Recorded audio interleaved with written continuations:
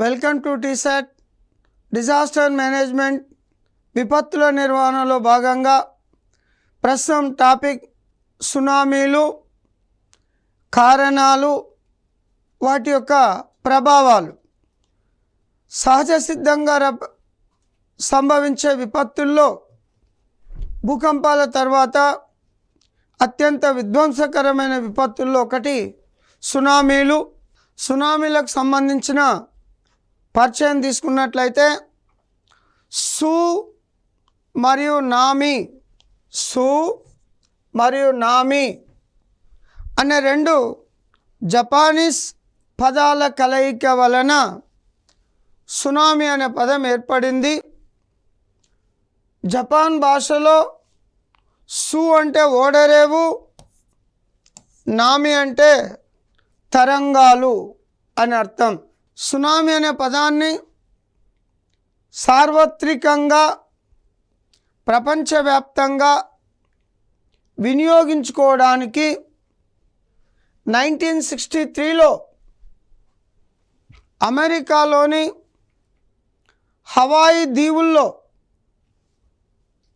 హవాయిలో జరిగిన ఒక అంతర్జాతీయ శాస్త్రజ్ఞుల సదస్సులో అంగీకరించడం జరిగింది. హవాయి దీవులు అనేటివి పసిఫిక్ మహాసముద్రంలో అమెరికాకు సంబంధించిన ఒక రాష్ట్రం. చరిత్రలో నమోదైన మొట్టమొదటి సునామీ క్రీస్తు పూర్వం 479లో ఏజియం సముద్రంలో సంభవించింది. సునామీలకు చెందిన మొట్టమొదటి జాబితాను అమెరికాకు చెందిన హెక్ అనే శాస్త్రజ్ఞుడు 1934లో రూపొందించడం జరిగింది. తర్వాత 1947లో మరియు క్రీస్తు పూర్వం 479 నుండి క్రీస్తు శకం 1946 వరకు సంభవించిన తుఫాన్ల సంఖ్య 270. అంటే 1947లో సునామీలకు సంబంధించిన జాబితాను హెక్ అనే శాస్త్రజ్ఞుడు రూపొందించడం జరిగింది. ఇతను 479 నుండి 1946 వరకు సంభవించిన సునామీలను క్రోడీకరించడం జరిగింది. దాని ప్రకారం 270 సునామీల వివరాలను క్రోడీకరించిండు. దాదాపు 80% సునామీలు పసిఫిక్ మహాసముద్రంలో అగ్నిపర్వతాల విస్ఫోటనం వలన, భూకంపాల వలన, సర్వసాధారణంగా రింగ్ ఆఫ్ ఫైర్ అంటే పసిఫిక్ మహాసముద్రంలో సంభవించడం జరుగుతుంది. సునామీలు సంభవించినప్పుడు నీటి యొక్క తరంగాలు 15 మీటర్లు లేదా అంతకంటే ఎక్కువ ఎగిసిపడి తీర ప్రాంత ప్రజలకు నష్టాన్ని కలిగిస్తూ ఉంటవి. సునామీలకు కారణాలు అంటే సునామీలు అనేవి ఏ విధంగా రావడం జరుగుతుంది? ఒకటి, భూకంపంతో పాటు వచ్చే భ్రంశ చలనాలు. అంటే భూకంపం వచ్చినప్పుడు దాని యొక్క శక్తి సముద్రంలో ఉన్న నీటిపై పడడం వలన భ్రంశ చలనాలు సంభవిస్తూ ఉంటాయి. ఇంకోటి భూపాతాలు అంటే ల్యాండ్ స్లైడ్స్. కొండ చర్యలు సముద్ర తీర ప్రాంతంలో భారీగా విరిగి పడడం వల్ల కూడా భూపాతం సంభవిస్తుంది. దీనివల్ల కూడా సునామీలు సంభవించే అవకాశం ఉంటుంది. ఇంకోటి అగ్నిపర్వత విస్ఫోటనం. భూమి మీద ఏ విధంగా అగ్నిపర్వతాలు ఉంటాయో సముద్ర గర్భంలో అగ్నిపర్వతాలు ఉండడం జరుగుతుంది. సముద్ర గర్భంలో ఉన్న అగ్నిపర్వతాలు విస్ఫోటనం చెందినప్పుడు కూడా సునామీలు సంభవిస్తాయి. ఎగ్జాంపుల్, జావా సుమిత్రా ద్వీపాల మధ్య ఉన్న సుందా అగాధంలో కాక్రాటోవా అనే అగ్నిపర్వతం బ్రద్దలైనప్పుడు పెద్ద మొత్తంలో సునామీలు సంభవించడం జరిగింది. ఇంకోటి ఉల్కాపాతాలు, అంటే అనేక రకాల ఖగోళ వస్తువులు భూమి పరిధిలోకి వచ్చినప్పుడు భూమి యొక్క ఆకర్షణ శక్తికి లోనై అనేక ఖగోళ వస్తువులు భూమి అంటే వాతావరణ ఘర్షణకు లోనై కాలిపోగా మిగిలినవి ఉపరితలంపై పడితే వాటిని ఉల్కలు అంటాం. వీటిని ఉల్కాపాతాలను కూడా పిలవడం జరుగుతుంది. ఇవి భూమిపై పడ్డప్పుడు పెద్ద పెద్ద సరస్సులు లాంటివి ఏర్పడతాయి. ఎగ్జాంపుల్, మహారాష్ట్రలో ఒక సరస్సు కలదు. అదే సముద్రంలో పడినట్లయితే పెద్ద మొత్తంలో సునామీలు సంభవించడం జరుగుతూ ఉంటుంది. సునామీలు సంభవించడం జరుగుతుంది. భూకంపంతో పాటు వచ్చే భ్రంశ చలనాలు, ఎక్కడైతే భూకంపం సంభవిస్తుందో వాటి యొక్క తీవ్రత చలనాల రూపంలో పైకి రావడం జరుగుతుంది. ఇది సునామీలకు కారణమవుతుంది. భూపాతం, సముద్ర తీరంలో కొండ చర్యలు విరిగిపోవడం వలన భూపాతం సంభవిస్తుంది. దీనివల్ల కూడా సునామీలు రావడం జరుగుతుంది. అగ్నిపర్వతాల విస్ఫోటనాలు, సముద్ర గర్భంలో అగ్నిపర్వత విస్ఫోటనాలు జరిగితే ఈ రకంగా ఉండడం జరుగుతుంది. ఇంకోటి ఉల్కాపాతం, అంతరిక్షం నుంచి సముద్రంలో పడ్డప్పుడు ఉల్కల వల్ల కూడా పెద్ద మొత్తంలో సునామీలు వచ్చే అవకాశం ఉండడం జరుగుతుంది. సునామీ సంభవించే కారకాలను శాస్త్రీయంగా పరిశోధించిన తర్వాత సునామీలు సంభవించడానికి ఈ కారణాలు దోహదపడతాయని శాస్త్రజ్ఞులు ఒక అంచనాకు రావడం జరిగింది. ఇక సముద్ర గర్భంలో భూకంపాలు సంభవించడం వల్ల, అంటే రెక్టార్ స్కేల్ పైన 7 కంటే ఎక్కువ నమోదవుతే భూకంపం సంభవించినప్పుడు సునామీలు వచ్చే అవకాశం ఉంటుంది. ఆ విధంగా 75% ఉంటుంది. అగ్నిపర్వతాలు బ్రద్దలు కావడం వలన, అంటే సముద్రంలో, ఇది ఒక 5% ఉంటుంది. సముద్రంలో సర్దుబాటు చర్యల వలన భూమి కుంగిపోవడం జరుగుతుంది. దానివల్ల ఒక 5% సునామీలు వచ్చే అవకాశం ఉండడం జరుగుతుంది.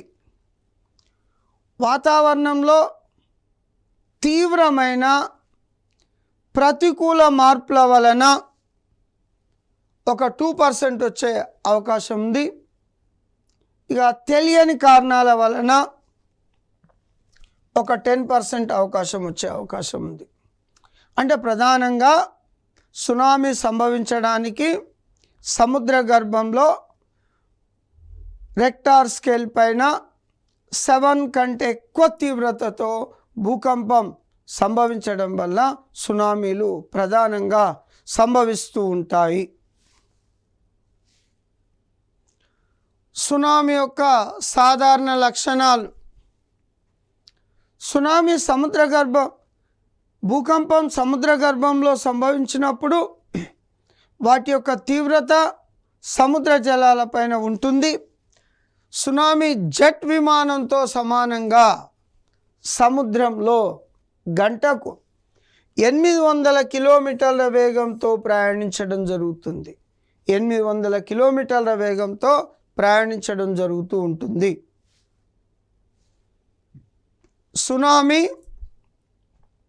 సంభవించడానికి పగలు రాత్రి అనే తేడా ఏముండదు. ఏ సమయంలోనైనా సంభవించవచ్చు. సునామీ సంభవించినప్పుడు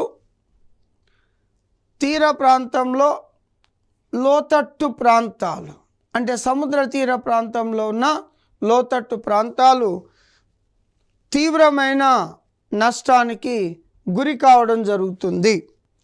అయితే సునామీ అనేది ఒక తరంగం కాదు అందరు అనుకున్నట్లు. సముద్రంలో అతిపెద్ద తరంగాలు ఒకదాని తర్వాత ఒకటి 10 లేదా అంతకంటే ఎక్కువ తరంగాలను కలిగి ఉండడం జరుగుతుంది. దీన్నే సునామీ శ్రేణి లేదా సునామీ తరంగ రైలు అనడం జరుగుతుంది. తరంగాలు ఒకదాని తర్వాత ఒకటి 10 అంతకంటే ఎక్కువ తీర ప్రాంతం వైపు దూసుకురావడం జరుగుతుంది. సునామీ సంభవించినప్పుడు సముద్రంలో ఉన్న వారికి ఏం నష్టం జరగదు. తీర ప్రాంత ప్రజలకు విపరీతమైన నష్టాన్ని కలుగజేయడం జరుగుతుంది. ఒక్కొక్క తరంగం వ్యవధి 5 నుంచి 90 నిమిషాల వ్యవధిలో మరొక దానిని అనుసరిస్తూ ప్రధాన భూభాగంలోకి ప్రవేశించడం జరుగుతుంది. సునామీ సంభవించడం వలన వరదలు ఎక్కువ సంభవించడం జరుగుతుంది. ఇది సునామీ తరంగాల యొక్క అలలు ఏ విధంగా ప్రారంభమై ఏ విధంగా రావడం జరుగుతుంది అంటే ఎర్త్క్వేక్ ఎక్కడైతే సంభవించడం జరుగుతుందో అక్కడి నుంచి తీర ప్రాంతం వైపు ఈ విధంగా పెద్ద మొత్తంలో అలలు రావడం జరుగుతూ ఉంటుంది.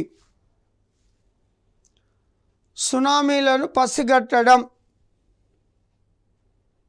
సునామీ పసిగట్టడానికి ప్రపంచవ్యాప్తంగా సునామీ హెచ్చరిక వ్యవస్థలు కలవు మరియు ప్రాంతీయ హెచ్చరిక వ్యవస్థలు కూడా కలవు. అంతర్జాతీయ సునామీ హెచ్చరికలు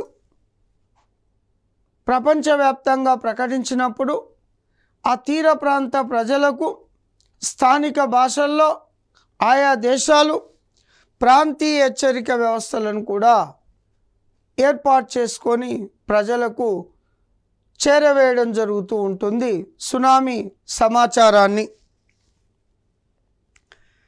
అంతర్జాతీయ సునామీ హెచ్చరికలు ఇది పసిఫిక్ మహాసముద్రంలో హవాయి దీవుల్లో ఉన్న సునామీ వార్నింగ్ సెంటర్. దీన్నే అంతర్జాతీయ సునామీ హెచ్చరిక కేంద్రంగా పిలవడం జరుగుతుంది. ఇక ప్రాంతీయ హెచ్చరిక వ్యవస్థలు భారతదేశంలో సర్వే ఆఫ్ ఇండియా తీర ప్రాంత ప్రజలకు తీర ప్రాంతంలో టైడ్ గేజ్ నెట్వర్క్ను నిర్వహిస్తుంది. ఈ నెట్వర్క్ నిర్వహించడానికి ఓడరేవుల సిబ్బంది సహకారం తీసుకొని రోజువారీ గేజ్లను నిర్వహిస్తారు. అంటే సముద్ర మట్టంలో వచ్చే మార్పులను వీళ్ళు నిర్వహించి సర్వే ఆఫ్ ఇండియా ప్రధాన కార్యాలయానికి చేరవేయడం జరుగుతుంది. ఎస్పెషల్లీ భారతదేశంలో సునామీలకు సంబంధించిన హెచ్చరిక వ్యవస్థ హైదరాబాద్లో ఏర్పాటు చేయడం జరిగింది. భూకంపాలకు సంబంధించిన ముందస్తు సమాచార కేంద్రాన్ని అంటే హెచ్చరిక వ్యవస్థను డెహ్రాడూన్లో ఏర్పాటు చేయడం జరిగింది. భారతదేశంలో సునామీలు భారతదేశం తరచుగా సునామీలను ఎదుర్కోనప్పటికీ ఎప్పుడైనా అకస్మాత్తుగా సంభవించినట్లయితే భారతదేశ తీర ప్రాంతం పశ్చిమ తీరమైన తూర్పు తీరమైన మొత్తం సునామీ ముప్పు కలిగి ఉండడం జరిగింది. సునామీ ముప్పు కలిగి ఉండడం జరిగింది. సునామీ దుర్బలత్వం సామర్థ్యం సంబంధించి భారతదేశంలో సునామీ సంభవించాలంటే, సునామీ తాకాలంటే Indian national centre for ocean information service ప్రకారం రెక్టార్ స్కేల్ పైన 7 అధిక తీవ్రతతో కలిగిన భూకంపం సంభవించాలి. అండమాన్ లేదా సుమిత్ర పాకిస్తాన్లోని మక్రాన్ ప్రాంతంలో 7 కంటే ఎక్కువ తీవ్రతతో భూకంపం సంభవిస్తే భారతదేశ తీర ప్రాంతంలో సునామీ రావడానికి అవకాశం ఉండడం జరుగుతుంది. భారతదేశంలో సునామీకి అంటే సంభవించడానికి కారణాలు: ఒకటి, భూకంపాలు. మహాసముద్ర అగాధంలో 100 కిలోమీటర్లు అంతకంటే తక్కువ లోతులో రావాలి. దానివల్ల సునామీ సంభవిస్తుంది. సునామీ ఏ విధంగా సంభవించడం అనే దానికి ఇది మనకు ఈ మ్యాపు తెలియజేయడం జరుగుతుంది. స్టెప్ బై స్టెప్ అలలు అనేటివి ఉపరితలం పైకి రావడం జరుగుతుంది. Largest tsunamis in India. భారతదేశంలో ఇంతవరకు సంభవించిన సునామీలు: ఒకటి 12/26/2004 ఎర్త్క్వేక్స్ ఇన్ ఇండోనేషియా. 2004లో ఇండోనేషియాలో సంభవించిన భూకంపం కారణంగా సునామీ ఎఫెక్టు భారతదేశ తీర ప్రాంతం పైన పడడం జరిగింది. హిందూ మహాసముద్రం చుట్టూన్న 20 దేశాలలో సునామీ ఎఫెక్టు ఉండడం జరిగింది. Next 2002 earthquakes Andaman Nicobar islands. దీనివల్ల కూడా భారతదేశంలో సునామీ సంభవించడం జరిగింది. 1945 earthquakes and land sides Pakistan. పాకిస్తాన్లోని మార్కాన్ కోస్ట్లో భూకంపం సంభవించింది. భూకంపం సంభవిస్తే కొండ చర్యలు విరిగిపోవడం జరిగింది. దీనివల్ల కూడా ఇండియాలో సునామీ సంభవించి అలల తీవ్రత 11 మీటర్ల ఎత్తు వరకు సంభవించడం జరిగింది. నెక్స్ట్ 1883 ఇండోనేషియాలోని సుందా అగాధంలో గల కాక్రాటోవా అనే అగ్నిపర్వతం విస్ఫోటనం కారణంగా సునామీ సంభవించడం జరిగింది. భారత్తో పాటు హిందూ మహాసముద్రం చుట్టుపక్కల ప్రాంతాల్లో కూడా విపరీతమైన నష్టాన్ని కలుగజేయడం జరిగింది. Next 1881 earthquakes India by bay of Bengal. 1881లో భారతదేశంలో సంభవించిన భూకంపం కారణంగా bay of Bengal and Andaman Nicobar దీవుల్లో సునామీ సంభవించడం జరిగింది.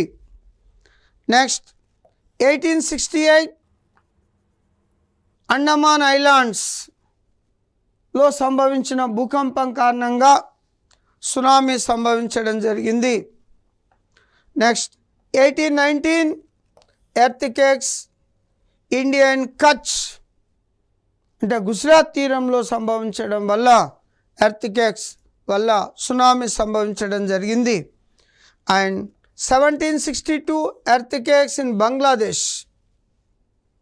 ఇక్కడ సంభవించిన భూకంపం కారణంగా కూడా సునామీ సంభవించడం జరిగింది. సునామీలు సంభవించడం జరిగింది. అంటే ప్రపంచవ్యాప్తంగా కానీ భారతదేశంలో కానీ సునామీలు సంభవించడం వల్ల విపరీతమైన నష్టాలను కలిగి ఉండడం జరుగుతుంది. ఆ తీర ప్రాంతంలో ప్రజల జీవన విధానం, ఆర్థిక వ్యవస్థ, పర్యావరణ వ్యవస్థలు తీవ్రంగా నష్టపోవడం జరుగుతుంది. ఆ ప్రాంతం కోలుకోవడానికి చాలా సంవత్సరాలు పట్టడం జరుగుతుంది. ఇది భారతదేశ ఆర్థిక వ్యవస్థ పైన, ఆ ప్రాంతంలో ప్రాంతీయంగా స్థానికంగా ఉన్న ఆర్థిక వ్యవస్థలపైన కూడా విపరీతమైన నష్టాన్ని కలిగించడం జరుగుతుంది.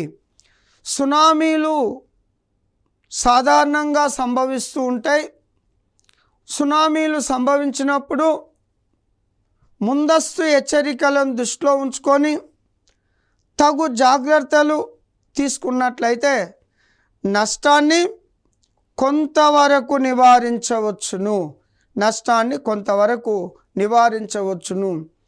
జపాన్ లాంటి దేశాల్లో సునామీలపైన, భూకంపాలపైన స్కూల్ లెవెల్లోనే పిల్లలకు అవగాహన కల్పించడం జరుగుతుంది. అనేక శిక్షణ తరగతులను నిర్వహించడం జరుగుతుంది. అంటే జపాన్ అనేది అనేక రకాల విపత్తులకు కూడుకొని ఉంటుంది.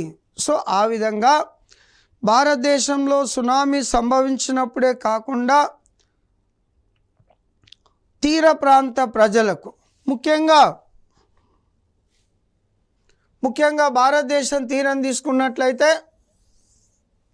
మనకు సుమారు ప్రధాన భూభాగ తీరరేఖ 6100 కిలోమీటర్ ఉంటుంది. దీవులతో కలుపుకున్నట్లయితే 7516.6 కిలోమీటర్ తీరరేఖ ఉంటుంది. భారతదేశ పశ్చిమ తీరం, తూర్పు తీరం తీసుకున్నట్లయితే 9 రాష్ట్రాలు, 4 కేంద్రపాలిత ప్రాంతాలు తీరరేఖను కలిగి ఉన్నవి. అంటే సునామీ సంభవించినప్పుడు ఏ రకమైన చర్యలు తీసుకోవాలి, సునామీ వల్ల నష్టం జరగకుండా ఉండడానికి తీర ప్రాంత ప్రజలను అప్రమత్తత చేయడం ఒకటి. తీర ప్రాంతం సునామీలకు గురి కాకుండా ఉండడానికి తీర ప్రాంతంలో పెద్ద మొత్తంలో మడ అడవులను పెంచడం, మడ అడవులను పెంచడం. వీటిని ఈ మడ అడవుల్లో సుందరి రకం చెట్లు ఎక్కువగా ఉంటాయి. ఇవి అలలు వచ్చినప్పుడు సునామీని ఆపకుండా కొంతవరకు నష్టాన్ని నివారించడం జరుగుతుంది. నష్ట తీవ్రతను కొంతవరకు తగ్గించడం జరుగుతుంది. ఆ తీర ప్రాంత ప్రజలకు సునామీ సంభవించినప్పుడు కలిగే నష్టాలను దృష్టిలో పెట్టుకొని ముందస్తు ట్రైనింగ్ కానీ శిక్షణ తరగతులు నిర్వహించడం చేయడం వల్ల కొంతవరకు ప్రమాదం అంటే నష్ట తీవ్రతను తక్కువగా చేయవచ్చు. ఈ విధంగా భారతదేశంలో లేటెస్ట్ సునామీ అంటే 2004లో ఎక్కడనో ఇండోనేషియాలో సంభవించిన భూకంపం కారణంగా భారతదేశ తూర్పు తీరాన్ని మరియు పశ్చిమ తీరంలో కేరళ, లక్షద్వీపులు ప్రాంతాలను పెద్ద మొత్తంలో సునామీ అలలు 10 నుంచి 15 మీటర్ల ఎత్తు వరకు తీర ప్రాంతాన్ని ముంచివేయడం జరిగింది. ఈ విధంగా చేయడం వల్ల సునామీల వల్ల పెద్ద మొత్తంలో నష్టము జరుగుతుంది. నష్టాన్ని నివారించడానికి డిజాస్టర్ మేనేజ్మెంట్కి సంబంధించిన రక్షక దళాలతో పాటు ఆయా రాష్ట్ర ప్రభుత్వాలు, స్థానిక ప్రభుత్వాలు అనేక చర్యలు తీసుకున్నట్లయితే నష్టాలను కొంతవరకు నివారించవచ్చు. సునామీలు సంభవించినప్పుడు పెద్ద మొత్తంలో వరదలు వచ్చే అవకాశం కూడా ఉంటుంది. వరదలతో పాటు తీర ప్రాంతంలో ఉన్న కొండ చర్యలు విరిగిపడడం, తీర ప్రాంతం కోతకు గురి కావడం మరియు ఆ తీరంలో నివసించే మత్స్యకార కుటుంబాలు ఎక్కువ నష్టాన్ని పొందడం జరుగుతుంది సునామీ కారణంగా. ముఖ్యంగా సునామీల వలన తీర ప్రాంతానికి 5 నుంచి 10 కిలోమీటర్ల వరకు ఉన్న అనేక గ్రామాలు, పట్టణాలు, నగరాలు విపరీతమైన నష్టాన్ని కలిగి ఉండడం జరుగుతుంది.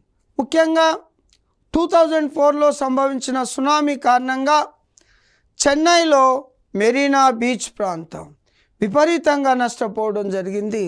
అదేవిధంగా ఈ తీర ప్రాంతంలో ఉన్న ప్రధాన నగరాలు తీసుకున్నట్లయితే చెన్నై, పశ్చిమ తీరంలో ముంబై, దీంతోపాటు కలకత్తా లాంటి ప్రాంతాలు సునామీల కారణంగా పెద్ద మొత్తంలో నష్టాన్ని కలిగి ఉండడం జరుగుతుంది.